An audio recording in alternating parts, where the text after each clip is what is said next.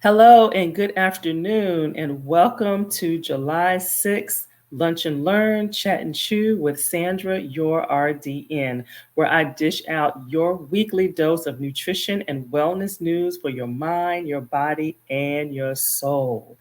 I hope everybody had a wonderful holiday weekend.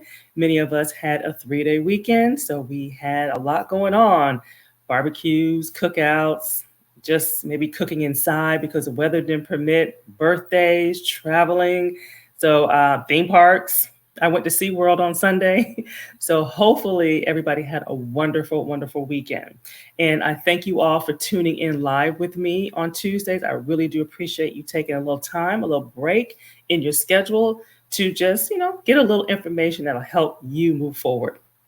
And those that are listening to the replay, I thank you for pausing because you're looking at it a little later in the midst of your hectic day. So I thank you for joining me and listening in live, or actually listening to the replay and even engaging in the replay. So even if you're listening to the replay, feel free to chime in and answer those questions and to post because I do look at the thread after the lives because I do want those that are listening to the replay to feel just as involved as those listening to the live. So, in the case of weight loss, it's crucial. It is crucial to continue to put yourself in social situations throughout the weight loss process. And so, I mean, losing weight is difficult enough in itself, right? Maintaining it is even, I won't say it's more difficult, but it is, you have to know what you're doing. What you do to lose weight is a lot different than what you need to do to keep it off. And if you lose weight by exclusively eating at home, you are setting yourself up for failure when you have finished your weight loss process. If honestly you really reach your goals because of the restriction, usually the restriction kind of gets the best of us and we're not able to maintain it. But inevitably, you will want to dine out at some point in the process. I mean, we're human. We're designed to fellowship. We're designed to be social.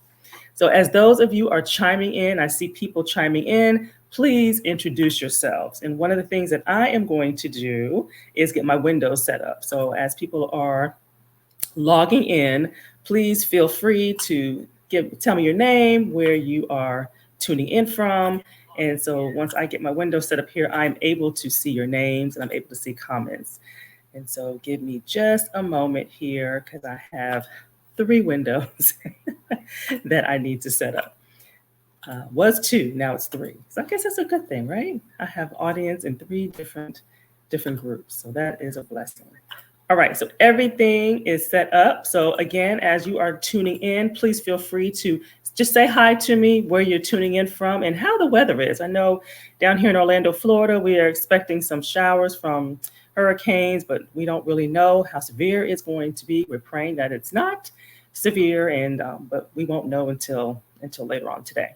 So a quick introduction of myself. My name is Sandra Goltry, and I am a registered dietitian, licensed nutritionist, and my mission is simply to show people how to get food to work for them instead of food being the enemy. So I take a lot of joy in adding variety of different foods to people's food list because usually we have a real short food list when we're trying to lose weight. And as a result, you're going to lose weight, you're going to keep it off, and you're going to boost your energy and feel great in the process without dieting and without deprivation. And so I see people chiming in. This is wonderful. So please feel free to say hello to me, where you're tuning in from, and how the weather is. And so just some highlights here. When we're going out and being social, we're trying to be healthy. We're trying to be healthy, whether we're trying to lose weight, whether we're trying to train for some kind of sporting event, it is a challenge. Not only is the peer pressure real, but there are so many temptations that even willpower cannot withstand. So part of this fear is the unknown. It's natural to wonder when you're going to an event, what's going to be served. Are they gonna have any good food choices or food options for me? Will I be tempted to eat food or have drinks that won't help me reach my goals? So these are very common questions that are fears that you will have. And so while there's nothing wrong with regularly practicing self-care and relaxing at home, you don't want to have to choose between keeping up with your social life and accomplishing your weight or your health goals. You don't want to have to make that choice. And so I often discuss with my clients that you can have both a social life and be healthy at the same time, and that you don't have to come to the conclusion that it has to be an all or nothing situation. And so today's topic is how alcohol yeah, it can sabotage our weight loss efforts, but how can you create a balance to where it does not have to? Okay. And so I'm sharing 3 ways on how alcohol can impede weight loss and how you can have your drink and lose weight too. All right. So that is what we are going to talk about today. So a little different, huh? The dietitian talking about alcohol. I mean, it's a part of life, right? There are many people out there who like to indulge in wine or beer or any kind of mixed drink. So I have a question for each and every one of you. Let's get started here. So let's see if you can relate to this. So have you ever lost weight, then gained it back, and gained back more than what you lost? Okay. And so during our weight loss journey, it's incredibly important to learn to eat for the rest of your life. Okay. That's just what this is really about. This series for this month is what it's all about, is to be able how to manage a social life and your goals at the same time. And so you want to be able to eat for the rest of your life. You want to be able to eat at home. You want to eat at restaurants. You want to eat at many different types of social situations and not feel like, you're going to just derail and miss out. And so the first way that alcohol can impede our weight loss. So first I want to share how alcohol affects our body. Then we can share how we do the balance. And so normally our body burns fat reserves, okay, to get the energy that it needs, which is exactly what you want to see happen when we're trying to lose weight. The problem with drinking alcohol, though, is when we're following a weight loss plan, it's the alcohol that provides quicker, more accessible forms of energy than the fat does. So what does that mean? That means when the alcohol is consumed, it's burned first as a fuel source before using anything else. And so this includes glucose from carbohydrates and what we call lipids that come from fats. And so why is this? So the body will always go for the quickest and the easiest source of food and fuel. And fat isn't it. Okay. It takes a little effort to break down fat in our body to produce energy. So when your body is using alcohol as a primary fuel source, the energy, the excess glucose, and the lipids, unfortunately, ends up getting stored as fat. Okay. So my question, and I see a comment here. Yep. Okay. How you doing, Krista? She said that she can relate. I see people popping on and popping off. So just continue to post as you are coming in. Even if you only stay for a few minutes, just feel free to post.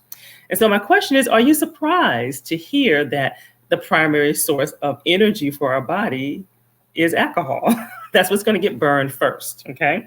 And so that's why we want to have some controls. You don't have to eliminate it, but we do want to have some controls over it. Okay. Especially when we're trying to lose weight. All right. And I am just checking all my windows. And so the next reason, the second tip that, or the second way that alcohol impedes our weight loss goals is it affects our judgment calls, okay, especially food.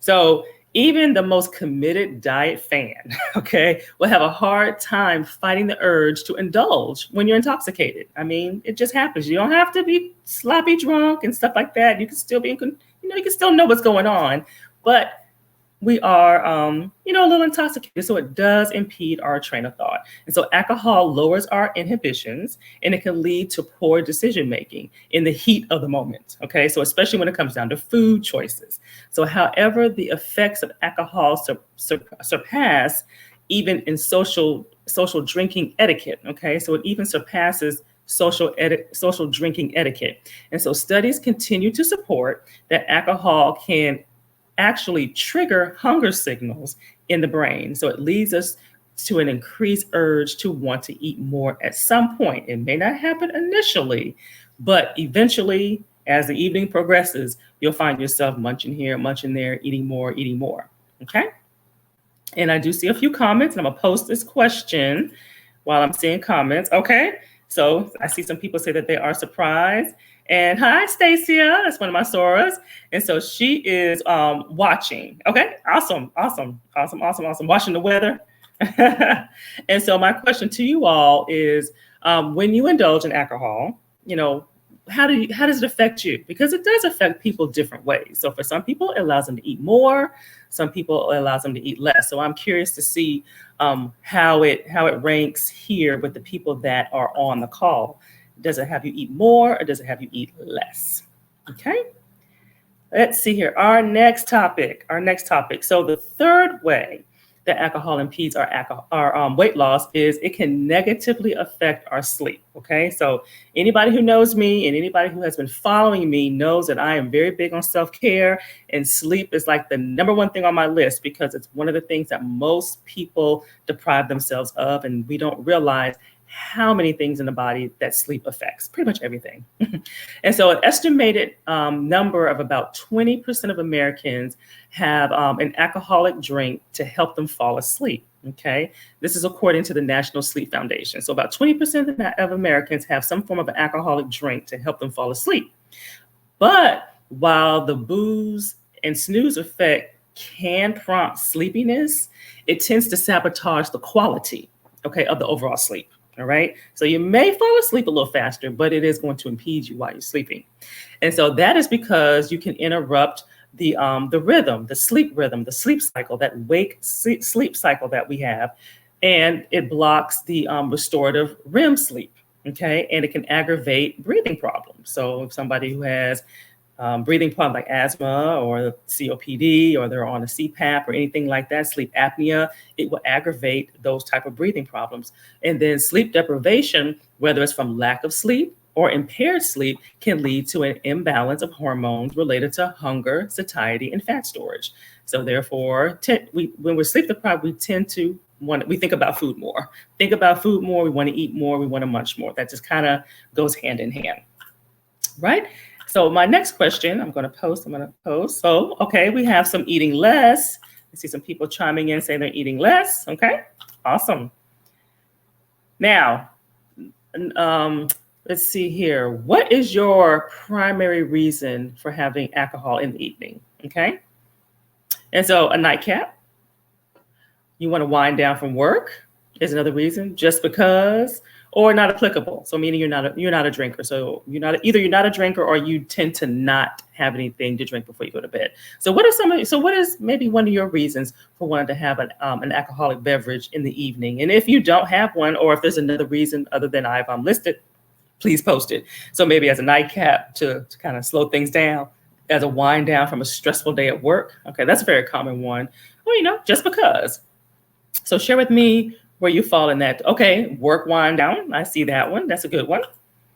Work wind down. Okay. And I also see as a as a nightcap. I see that as well. So I see a little bit of everything here.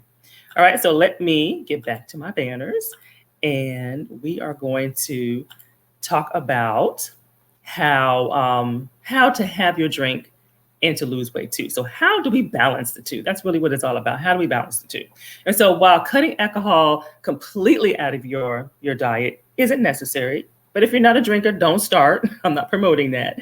But if you do, you don't have to cut it out completely. The only way to, meaning that's the only way you're going to lose weight. There are many improvements that can be made in your health journey by simply cutting back on the alcohol, okay? So moderation is key. So what does moderation mean? Okay, so for a man, that is 2 drinks a day, and for a woman, that is 1 drink a day. And that is only because of how our bodies are designed, okay?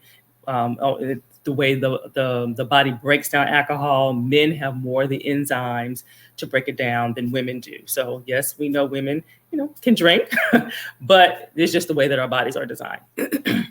And so really, you want to stick to liquor that's either on the rocks, you have a shot, or you'll do a 4-ounce pour of wine. Cut out the excess calories and sugar. That's usually the problem with the mixed drinks. They're pretty, they're fruity, but they also are packed with a lot of empty calories and sugar and things of that nature. And so the key is you cannot save the drinks up. So a lot of times people ask me, well, if I didn't drink during the week and I'm a woman and I have 1 drink a day, can I have 5 drinks on the weekend or 7 drinks on the weekend? No, it doesn't work like that.